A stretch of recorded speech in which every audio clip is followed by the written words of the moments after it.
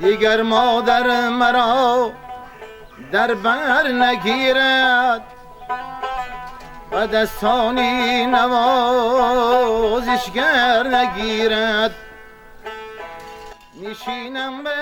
با مناسبت 75مین سالگرد مولود یکی از شاعران شوریدگی ادبیات معاصر تاجیک استاد سرمد در مؤسسه تحصیلات میانه عمومی رقم 73 به نام سرمد در جماعت دیهاتی وارو یک همایش معرفتی و فرهنگی برگزار گردید.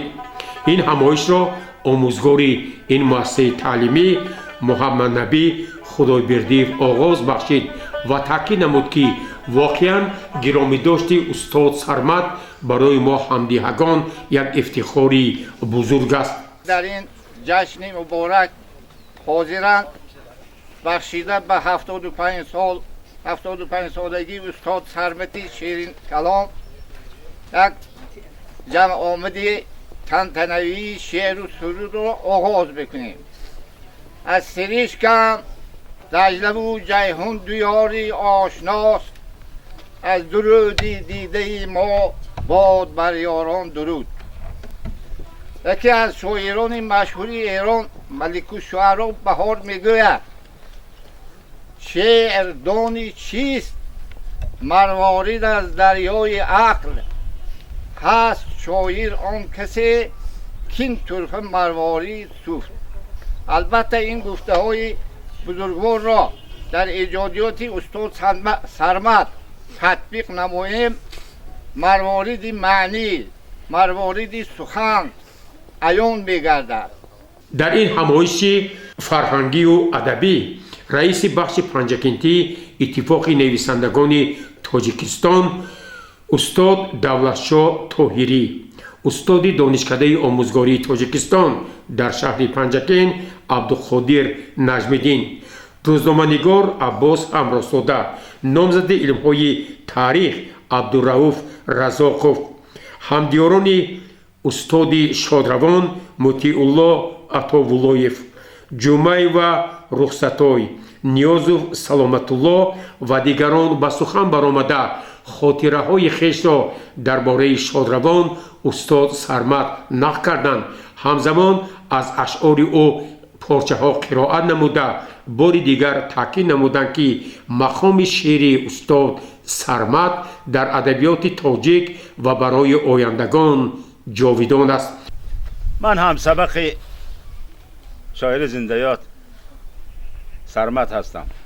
یک جا میخواندیم، یک جا سخنهای ادبی خویش را طرحریزی میکردیم، هم به پختچینی هم میرفتیم، دیگر و بسیار واقعه ها، خاطره ها، حتی تضادها ما با هم دیدیم. چون نام سرمد را به زبان میگیرم، من برای خودم را میبینم. من نویسنده، سرمد شاعر. هر یک ادیب یک عالم دارد. خوشبخت کسی است که عالم ادیب را فهمد، درک کند، برای اینکه عالم ادیب رو به روشنی است، رو به بهبودی است. من باور دارم که مکتبی که امروز به نام استاد زندیات سرمد است، شاگردها خیلی خوانش خوب دارند، دانش خوب دارند، یعنی که توجه دارند، آداب نمونوی دارند، یعنی که من بعد باز هم همین دانش و همین آداب و همین اخلاق و همین رفتار را ادامه میدهند. باور دارم که نکته سنج میشوند، نکته خوان میشوند، نکته دان میشوند. غزل غزالوش و ای نظم دلکش، من عاشق تو، در عشق تو، من شیفته تو، فریفته معنی تویم. گرچه دولت شاهم ولی گدای غزلم، خوش نظرم ادای شعر و مثلم. والله که به تو به بسرم به اثرم به نظرم. تو روح من و ای پای بر جا کوه من، مرا تنها مگذار آشیان ساز در مرغزارهای قلب من. مرا آغوش گیر و با بوسه های شکرینت از لبهای انگوبینت نوش جان ده. خورشید تمام ده ای فرشته الهام.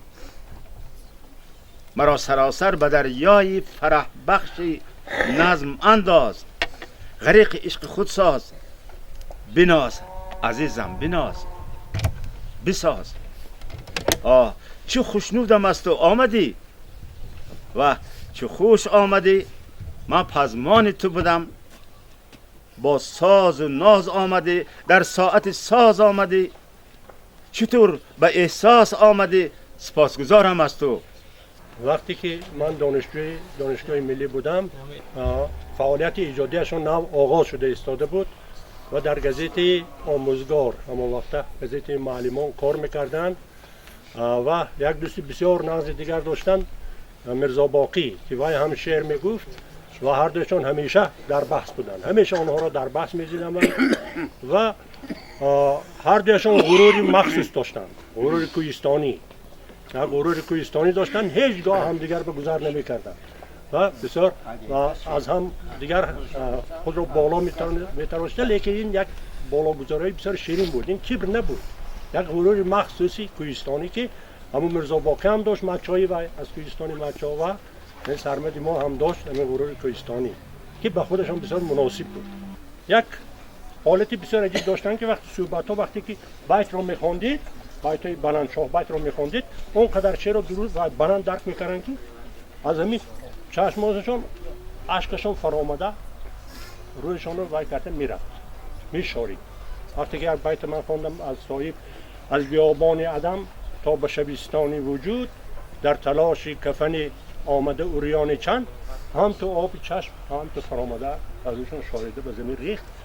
همین قدر شعر رو بلند درک میکردن و در اونجا خدایار بودند و که سید مراد بودن. همون صحبتی که ما داشتیم همونجا دیدم که هم تو فرآمد و همین چیز در خاطر من سخت نصب است که وقتی بیت‌های بلند را شنیدن همین گونه درک میکردند و آب چشمشان میریخت. در این دنیا اگر عاقل نباشد، کلام مردمی فاضل نباشد،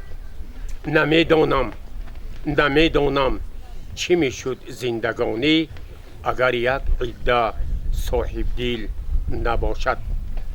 باعث افتخار، باعث فرح و شادمانی است که امروز در مؤسسه تحصیلات میانه عمومی رقم 73 به نام استاد سرمد از طرف آموزگاران، استادان، اهل دهه، خوانندگان به خاطر بزرگداشت 75مین سالگرد این شاعر شوریده‌دیر یک محفل، یک همایش فرهنگی و ادبی دایر می شود. درباره مقام استاد سرمد منقدان، ادبیات شناسان، آنهایی که به شعر و شاعری بیشتر توجه دارند و درباره ادبیات معاصر تاجیک اثرهای زیادی تالیف کردند، نوشتند و اینجا استادانی که قبلا سخن گفتند باری دیگر مقام استاد سرمد را در ادبیات معاصر تاجیک مخصوص تاکید نمودند. اینجا مورد ذکر است که با اهتمام و تلاش های یکی از همدیگان شما المراد ما تصمیم گرفتیم که دوام قریب 3 ماه یک فیلمنامه را با نام شعر سرمد تهیه و منظور تماشابینان گردانیم.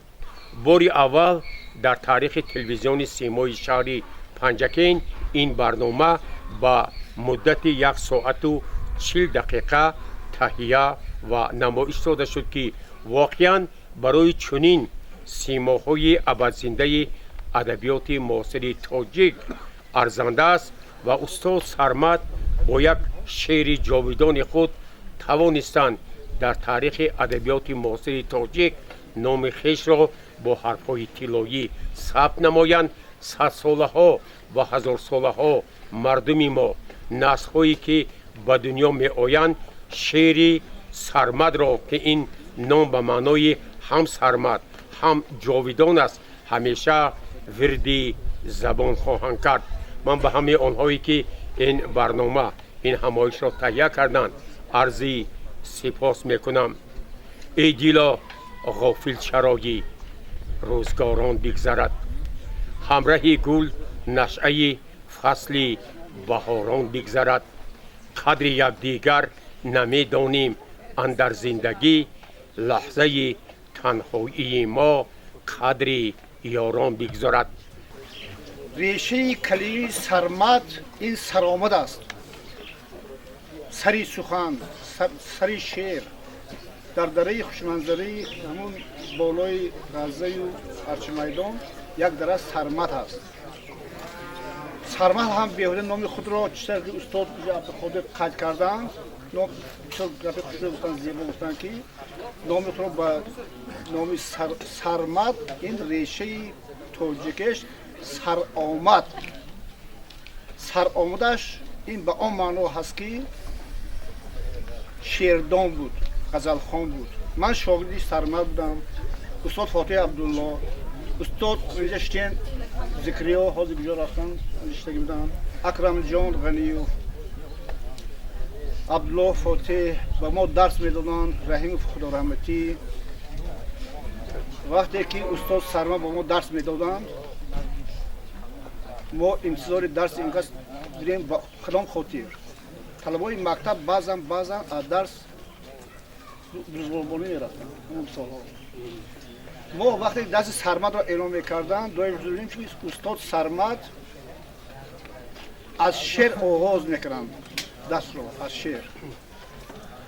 هر یک شعر استاد سرمد از دو بیته بود. درس که دراز بود غزل نمیخوندن دو بیته ها بود و همین درس رو با دو بیته سر کردن منظور میکردن. خود همین شعرخوانی استاد سرمد خودش یک مکتب بود. من برای شما یک دو لحظه با سرمد بودنم نقل میکنم.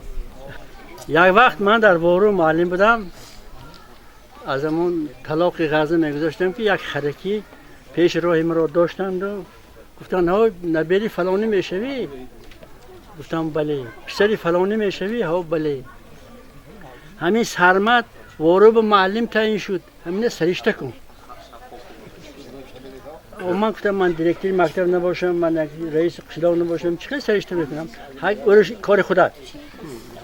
با همین سرمد اولین کارش در وارو بود. معلم تعیین شده رفت. من از دستم می آمده که همین بود که به او الفبای عربی را آموزانم.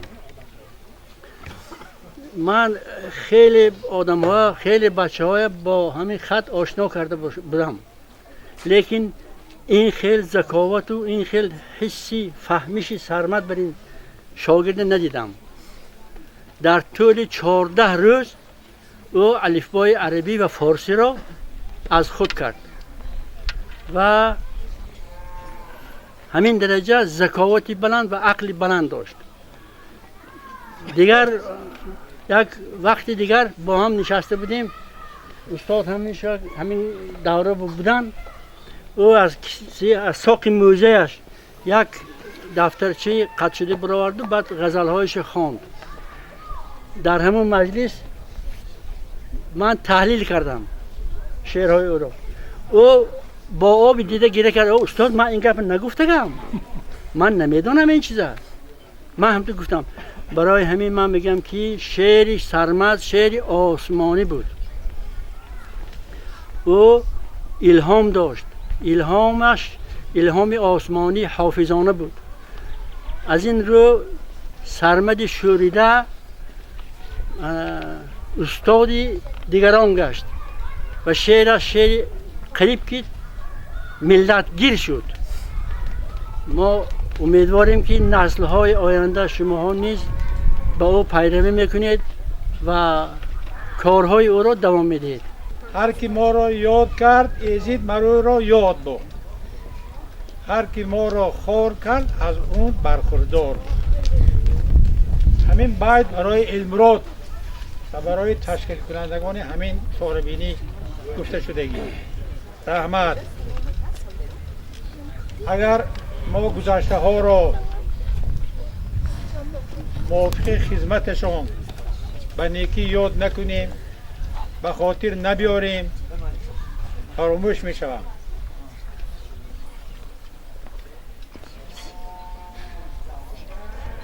غزه این قشلاق عادی نیست محترم مهمان ها. یک قشلاقی است که خورد قشلاق، لیکن آدم های مشهورش بسیار. ممکن در تاجیکستان این خیلی قشلاق نباشد که و فکرم نیست که از همین خیلی دهه خورد 6-7 نفر شاعر و نویسنده این مشهور برآمدگی باشد. همین چهاربینی که المراد تشکیل کردیم ما حاضر داریم به خاطر یک سرمد نه، به خاطر کوهزاد، به خاطر بهمنیار، به خاطر سلیم زرفشانی، به خاطر بهریدین جویا و غیره. باوری دارم من که آینده بیان از همین دهه، از همین نسل باز همین خیلی فرزندهای خدا داد پیدا می شود. یکی از آنها سرمد بودم. بچه های عزیز، مهمان های عزیز، اشتراکچی ها، شاعری این کاری آسان نه. این خواندن کتی نمیشه به فکر من. این طبع خدا داد آسمانی است. معلم گفتم از غیب میبید. سخنی که شاعرها میگویم هر کس گفتن نمیتونه. ادبیات شناسای مشهور، عالما، اکادمیک ها ممکن یک شبانه روز شته نویسیم گوین یک بیت گفتن نتونه. حافظی شیرازی میگوین که در پسی آینه توتی صفاتم داشتم، آنچه استاد ازل گفت میگویم. من میگویم توتی چیزی که خداوند به دهنم میماند من هوای میگویم. برای همین شاعرها از ما فرق میکنن. ما باید به قدر شاعرها رسیم، دانیم که آنها آدمانی در بین ما و خدا میستند، سخن غیبی را به ما میرسانند، ما را هدایت میکنند برای راست و رفتار نیک و کردار نیک و غیره. انا یکی از همین گونه شاعرها استاد سرمد بودند. در این همایش ادبی و فرهنگی خوانندگان مؤسسه تحصیلات میانه عمومی رقم 73 از اشعار استاد سرمد پارچه های شعری قرائت کردند. زخمی دل را مش دار و پنج مادر بوده است. دیده ها از نور روی منور بوده است. شعری طفلان می شود ایجاد به حرف و قلم. کودکان را دست مادر ماه و منبر بوده است. کودکی هایم به یاد آید دلم گم می زند. هر دمی طفلانه با عمر برابر بوده است. در نگاهی گوشنه آخر خرمزنی زر هیچ نیست. دانه گندم به از 100 گونه زیور بوده است. تاجیکستان سرنوشتی عشق سوزانی من است. ذره خاکی عزیزش داروی جانی من است. در بری گهواره سنگش فراغت یافتم. تخت سنگی کهسارش تخت سامانی من است. سینه کهی بدخشان رفشن از خورشیدی لعل. آتشی مهری نیاگانی من است. مصرع‌های رودکی گنجینه گمگشته نیست. شعری او هر پاره طلای زرافشانی من است. میهن و مادر پرستش میکند شعر و سخن. این فضیلت در خون خلق سخندانی من است. لذت شعری داری کی میرسد در جان من. الله‌های مادری پردرد و ارمانی من است. تاجیکستان رودبار و چشمشارت شاعرند. هر گیاهت شعر و هر سنگی تو دیوان من است. مادران شاداب باشه در سری گهواره ها، تا سرودی الله آید از بری گهواره ها. از دلی گهواره می آید صدای زندگی، دیده ما نقش بدی منظری گهواره ها. ای دل از بیشی دم دنیا دم دیوانه شب، بوی طفل می رسد از بیشتری گهواره ها. آستانی چشم مادرهای ما پر نور باد، از فراغ جاویدانی اختری گهواره ها. تاجیکستان سرنوشتی عشق سوزونی من است، ذره خاکی عزیزش داروی جانی من است. در بر گهواره سنگش فراغت یافتم، تخت سنگی که سارش تخت سامانی من است. سینه کوهی بدخشان روشن از خورشید لعل، آتشی آن آتشی مهرونی گونی من است. مصرهای ردکی گنجینه گمگشتن است، شعری او هر پاره طلا زرافشانی من است. هم و مادر پرستش میکنم شعر و سخن، این فضیلت در خونی خلق سخندانی من است. لذت شعری دری که می رود از جانی من، الله‌های مادری پر درد و ارمانی من است. تاجیکستان رودبارت چشم سارت شاعرند، هر گیاه و هر شعر و هر سنگی تو دیوانی من است. خدایا در کجایی مادری من، که به تو خالی شد که دری من. نمیدانم خبر داری نداری، سپیدی زد همان موی سری من. صدای تو صدای مادر دل، نوای تو نوای مادر دل. سراپا خاک عالم را بگردی، نیا بگردی پای مادر دل. ایا مادر مادری غمبر کجایی، ایا دستی نوازشگر کجایی. سرم اسپید شد مانند شیرت، دلم گم میزند مادر کجایی. بگویم مادر مادر صدا کن، مسافر قسمتی خود را دعا کن. نشسته بر سری گوری تو سرمت، بخیزا درد جانش را دوا کن. بهاری هم خزانی سرمت دل، جفایی هم جفای سرمت دل.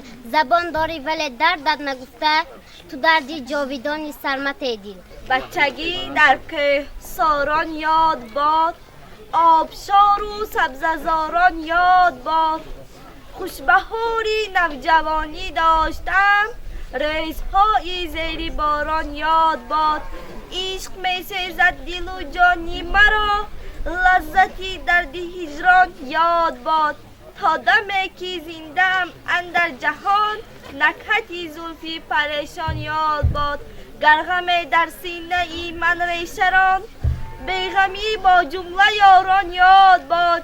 چون درختی عمر می بیند خزان، نشعه فصلی بهاران یاد باد. من نمی گنجم در خیشتن، طفلی و آن خاکی دامان یاد باد. گرچه حالا در دلم صد بحر است، نغمه رودی زرافشان یاد باد. از سبقهای پریشان عقل مردم تیره شد، زیور باید که طفلی همچو او زیور شود.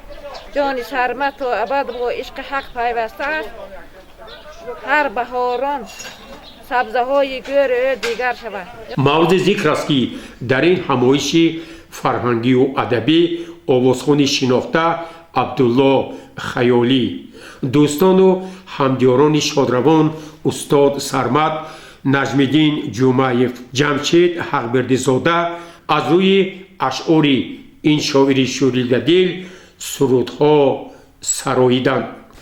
سرمد در بهاران نیز نگردد سبزپوش، گوری سرمد در بهاران نیز نگردد سبزپوش. تا ابد در ماتمین خاکی سیه پوشی من است. دیگر مادر مرا در بر نگیرد و دستانی نوازشگر نگیرد.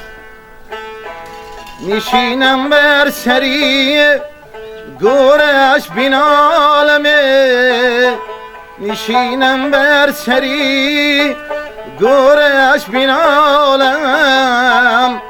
سیرشکی دیدگاه میتر نگیرد.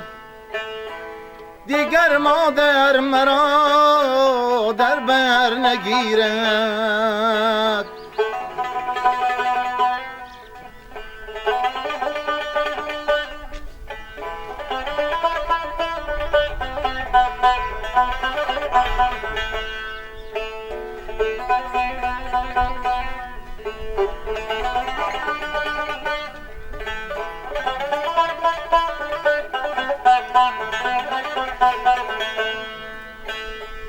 بخز ای مادری در خاک خفته، غم و سودای من با تو نگفته. کنار گیر سری شوریده امرا، که گویم یک به یک دردی نهفته. کنارت گیر سری شوریدم رایه، که گویم یک به یک دردی نهفته.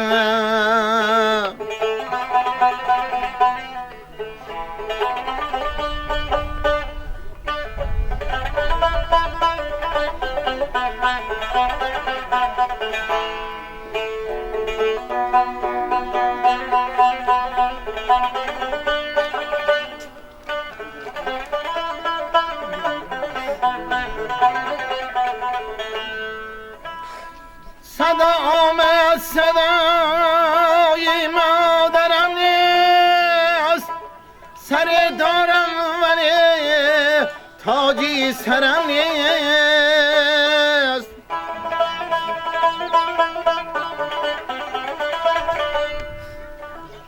صدا آمد صدای مادرم نیست، سر دارم ولی تاجی سرم نیست. اساس سوزن بشود در جستجویشه، دریغ مادری مشتی پرم نیست. اساس سوزن بشود در جستجویش، دریغ مادری مشتی پرم نیست. دیگر مادر مرا در بر نگیرد، به دستانی نوازشگر نگیرد. نشینم بر سری گورش بینالمه، نشینم بر سری گورش بینالم. سیرشکی دیدگاه نیتر نگیرد. دیگر مادر مرا در بر نگیرد.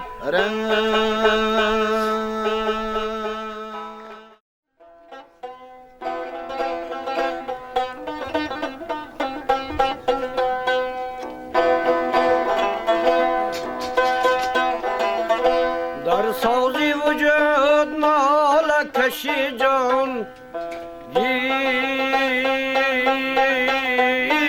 دارد.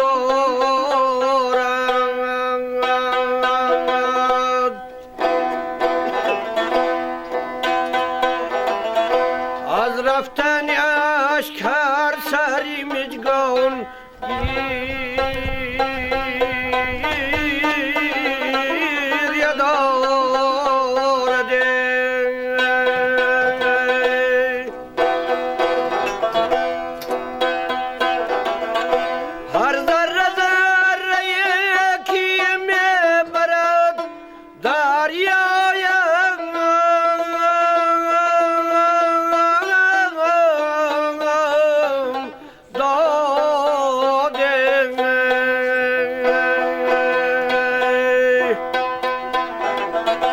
صاحب وطنم رنگی زرافشان گریه دارم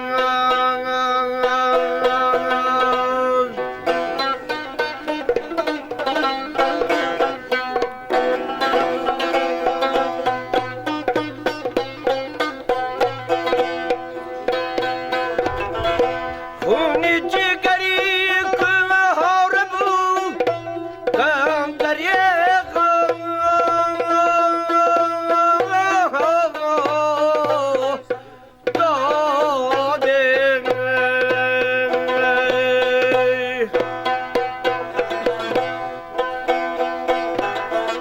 در تاج جهان لعل بدخشان گریه دارد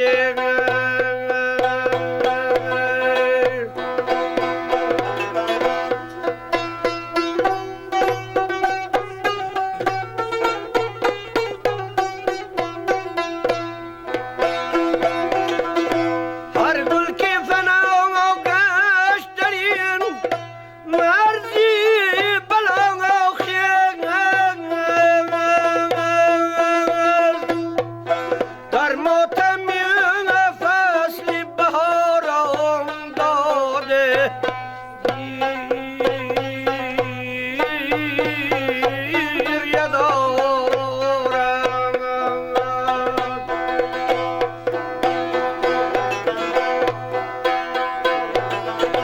با حرفی دروغی من نره سیدم بجای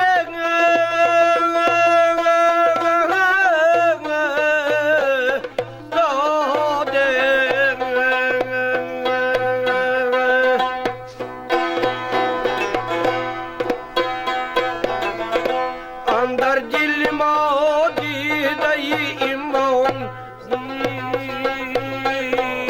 گریه دارد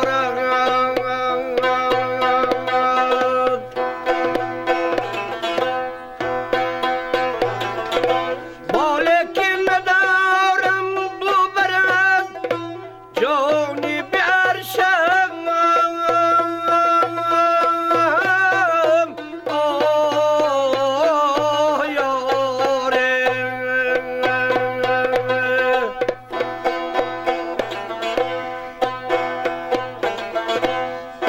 شهبازی امید در دل انسان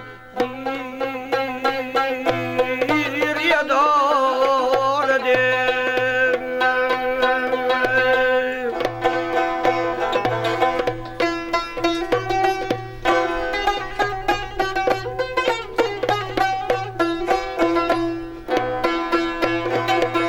سرمد کی وجودش همه لوده دنگر دنگر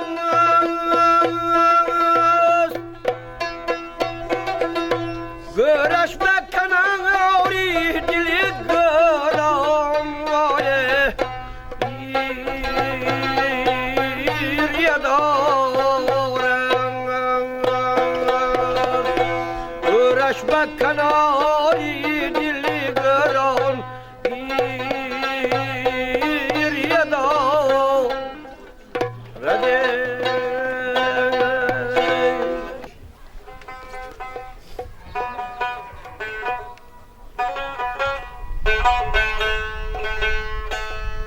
نوای تو نوای مادر دل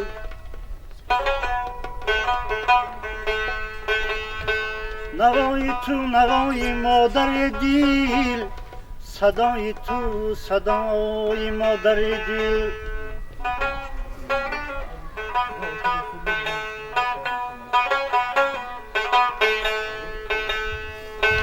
سراپا خاک عالم را بگردی نیابی گردی پای مادر دل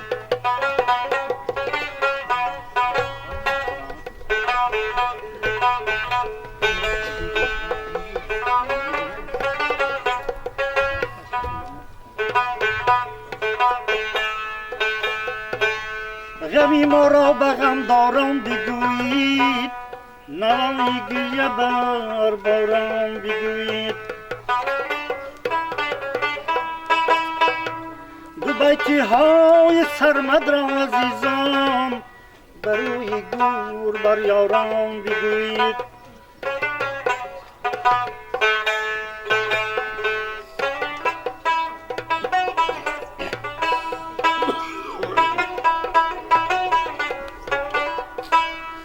درون خانه بابای خالی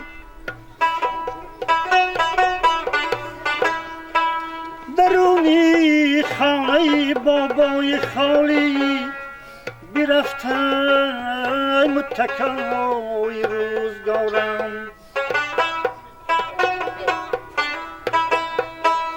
دریغ و صدریغ از دار دنیا گذشته مادری امیدوارم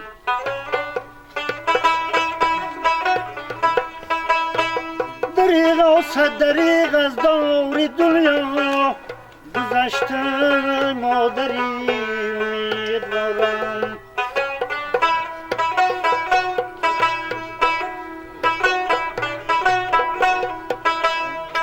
کجای مادرم ای مادری من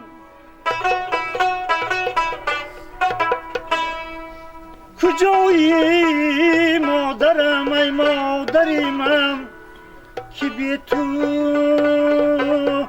خالی شد کوی و دری من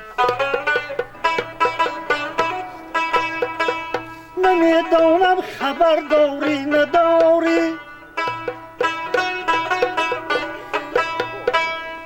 نمیدانم خبر داری نداری سپیدی زد همه موی سری من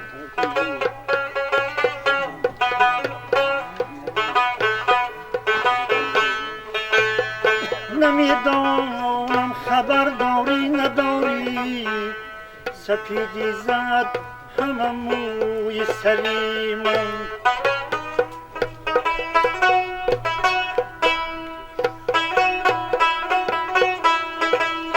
صدایت میکنم مادر صدا کن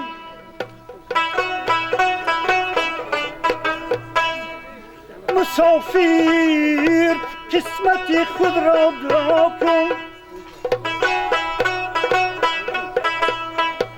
نشسته بر سری گوری سرمد بخیزا درد جانش را دوا کن نشسته بر سری گوری تو سرمد بخیزا درد جانش را دوا کن بخیزا درد جانش را دوا کن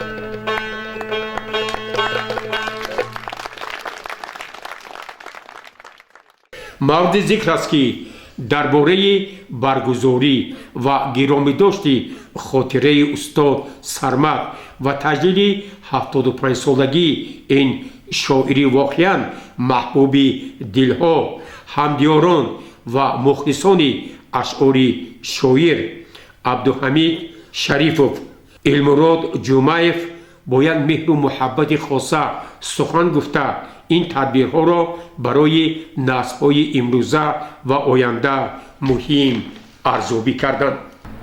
باعث خرسندی است که امسال با ابتکار یک عده دوستداران شعر همدیاران خویش و اقربای استاد زنده یاد سرمد 75 سالگی شاعر جشن گرفته می شود. البته این جشن شعر این بزم شعر